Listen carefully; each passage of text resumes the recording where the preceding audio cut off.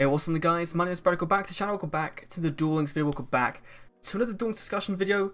Today I kind of wanted to kick off my end of year review content, and I've not really done this before, and I want to split into different videos because there's a lot to talk about with Duel Links with regards to 2018, how that went, with 2019, where it can go. There's a bunch of different things I want to talk about, and you'll know some of the topics based on if you've been on my community tab or not. So this video really stemmed from a community tab post I put up last night asking you guys what your opinion was overall on Duel Links in 2018, and I thought a lot of people were going to say that Duel Links was bad. They didn't like 2018 for Duel Links.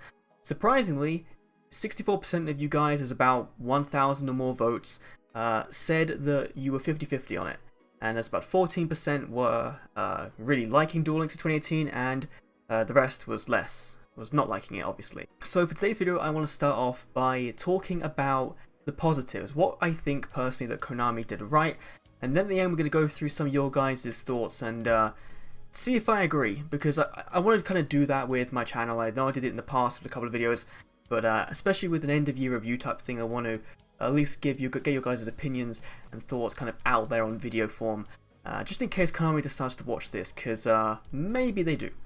Probably not. But let's see. So first of all, for me, this is in no particular order, is the quality of life improvements to the overall app. And now I play a lot on PC, that's where obviously I record for the game for my channel, and they've added things that really have made making videos and just playing the game in general a lot easier.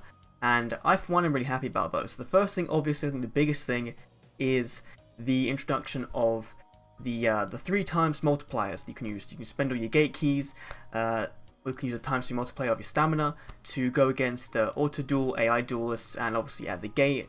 And this obviously is really useful for events when you have a bunch of abundant keys towards the end of the event, and you just want to go through them as quickly as possible and try and finish off those event like reward tiers in the event description, when you've already got all the reward card drops. So I think that is one of the best things they've done. Clearly they could do more. They could add auto duel to the gate, which would be a godsend if you combine auto duel with that. That would make farming and all the grind that people have to do and people complain about when they start the game, that would kind of go away, because you wouldn't be forced to do that, and you could kind of only really be forced to do the stage missions that particularly require certain summons or certain damage to be dealt a certain way, so that you could have those things. Additionally, what they've done is they have added in the deep links, and I think that's something that is to be commended, because it's something that other card games don't have. Other card games don't have replay sharing features or deck sharing features. You can item share them to Twitter or Facebook or YouTube or Reddit, and so far the feature works well enough for sharing things out. The only issue obviously is that for PC it doesn't work at all, and I can understand why, because the way it works on mobile is that it finds the APK or the iOS app and it just opens it in that.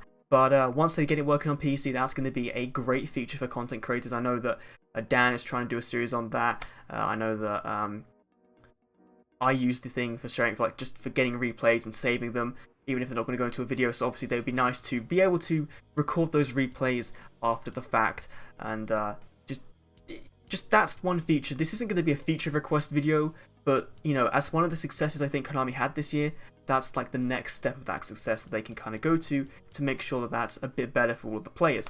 Next we have the event variety, and I think this isn't me saying that all these events were successful in their own right, it's just me saying that the success was the amount of events, the different variety of events we got throughout this year compared to 2017, because obviously we've had repeat events and those haven't been the best. Like, we've had a lot of roaming duelist events and a lot of DD Towers, and those have gradually got better as well. The DD Tower, this DD Tower currently is the best implementation by far in my opinion of that event, but that's not what we're talking about today.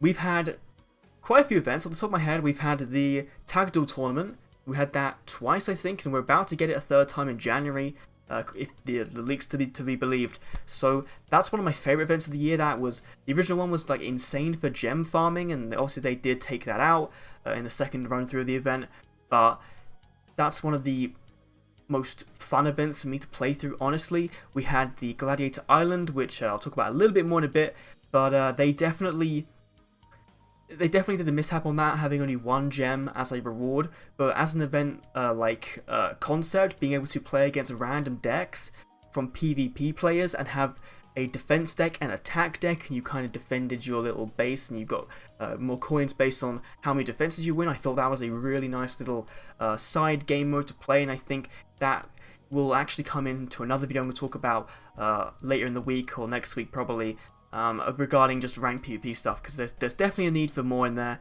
We had the Monster World RPG event was another one that we had, of course. That we've just recently had to get Tristan. I think that was the best implementation of that event. Obviously we had it back in August. It was back in August we had that first time round.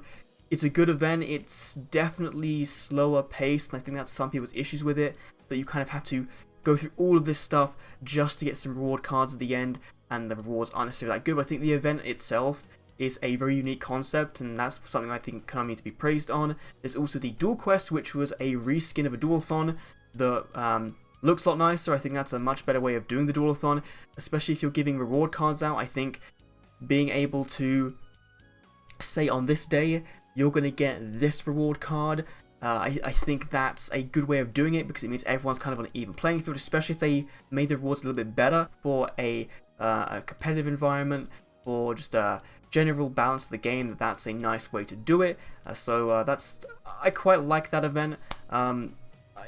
Not the fact that I couldn't do anything else once I'd done what I had done for the day. I didn't like that, but that event was also a really interesting one. We had the Esperobo Duel Carnival event, which they actually teased in 2017. They said in the survey, do you want like a clan or team PvP event? And that's what we got. Obviously that event was really good for reward output. The chess system was really good, being able to get bonuses depending on how your teams did. That was a really nice system there. And of course there was a downside to that, as much as Konami wanted to enforce you to play like a dragon deck and a spellcaster deck, you did get matched up against vampires, you did get matched up against Vahayas, and that was a big disappointment. Personally, I kind of would have been more invested if I could just straight go in with a straight dragon deck and play that instead. But still, really fun event. I think that's all the new events this year. There might be one more that I'm missing, but I think the events Konami did this year were pretty good. Compared to last year where we had, like, I think the DD Tower and the Duelist Chronicles was the only new events last year. Otherwise they're just kind of reprint events, repeat events, sorry, then I think there's a big improvement over 2017. Now, going back to the Gladiator Island event, because this is one thing they did, they really did listen to changes for events this year. One thing I kind of feel like there's missing with Konami, with Duel Links, is there isn't a lot of communication between them and us as the players, and I think that the surveys, obviously Europe didn't have surveys for a long time because of the GDPR issues or whatever, so they had to take those away for a while, and now they finally brought them back. And I still think there needs to be more, going forward, more communication between Konami and us about what we like about events, what we don't like about events, rather than just the surveys, because I don't think many people actually do them. They've been continually improving these events and continually making them better. The Gladiator Island is a massive example of that. When it first came around, I believe it only had like a 1 gem output in the card lottery, and then in the next event they made sure that you could actually get 1 gem, 5 gems, and 10 gems, I think it was, so it was definitely better than it was before. That first event also had stamina issues where there was no way to earn stamina. So, like, the day after they made a daily stamina thing, and then like a couple of days after they brought in the play ranked PvP duels to get stamina, and then that kind of carried back into the next event time the event came around. So they've definitely been improving events and listening to the community more in 2018. They haven't really been giving us as many rewards, like, you know, as many like compensation gems for fucking up, but still, regardless, it's a pretty good thing on Konami's part. Then we have the changes to the structure deck EX, and this one hopefully will be good going forward, because obviously Silent Magician came out in the Spellbound Silent structure deck, and that was a paid only thing. You could not buy that with gems, and then obviously they released the Blue Eyes deck back in September, I think it was, and that one you could buy with gems for the first purchase only, and that was kind of okay because you could really get away with just buying one of those Blue Eyes decks and having a decent time on the ladder with Cosmo Brain Blue Eyes. You weren't really at too much of a disadvantage. Obviously it would be better to have multiple copies of the deck, but it was still it's still better than having to buy it outright and locking free-to-play players out of playing with some of the most loved archetypes in the game, and hopefully in 2019 they don't go back on that and they do continue to give away one with free-to-play currency. That'd be really nice. And my last thing that I personally have is box SR nerfs. Now, no one thought this was going to happen. For the longest time, Konami were very adamant on not hitting anything from a box that was a SR rarity or above. And with the August ban list, they did in fact hit Hatronade and Treacherous Trap Hole. Now, they did make it go to 2 per deck, so that did really mean that you could still run them if you wanted to. But you couldn't run things like Econ, or if you're playing like Amazonas decks, you can run some Amazonas cards or whatever. And so they really made it so you had to choose which cards you wanted to prioritize. Did you want to prioritize your investment from the box, or prioritize your investment and the playability of a general deck archetype? So really big, kudos to Konami for that one. Hopefully we see some more box hits in the future. I think there's definitely some things that need hitting from boxes right now. Potentially Mask Change might be next on my list to go. And hopefully we'll see that sometime in 2019. I doubt I'm going to get the ban list towards the end of 2018. But that is all of my thoughts regarding what I think Konami did exceptionally well. There's probably some more things that I'm missing.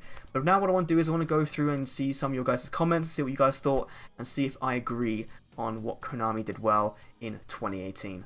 So like always when it comes to these videos, apparently I managed to miss one fatal thing. And this was the UR Dream Ticket. Konami actually gave us 2 UR Dream Tickets this year, one in May and one in September for 5D's launch, and the other one was for the WCS 2018 starting, and that's probably been one of the biggest free-to-play friendly things they've done for the game in a very long time.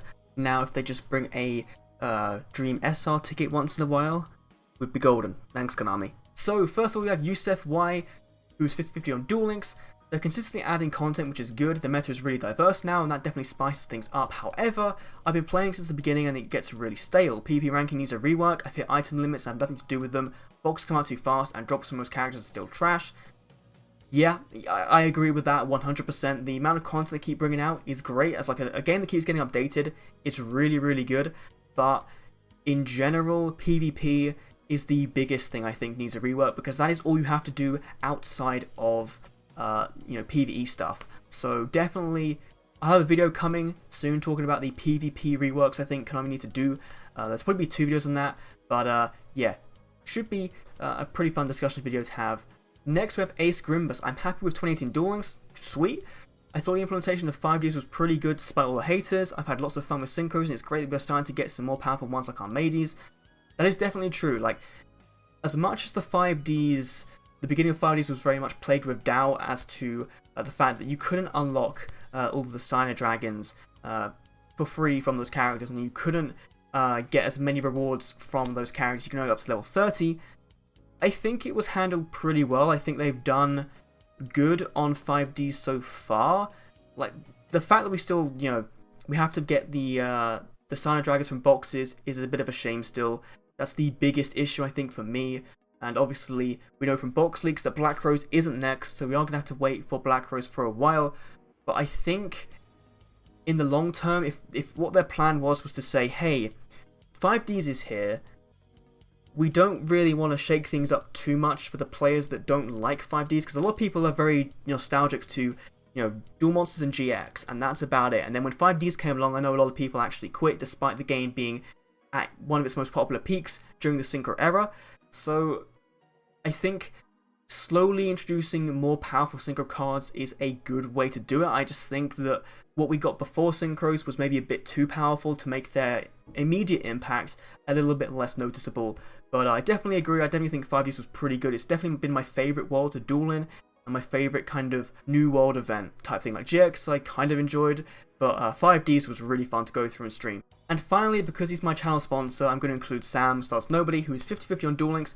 The game has a lot of cool concepts, ideas and characters for events and boxes, but sadly has been going through a phase of terrible execution.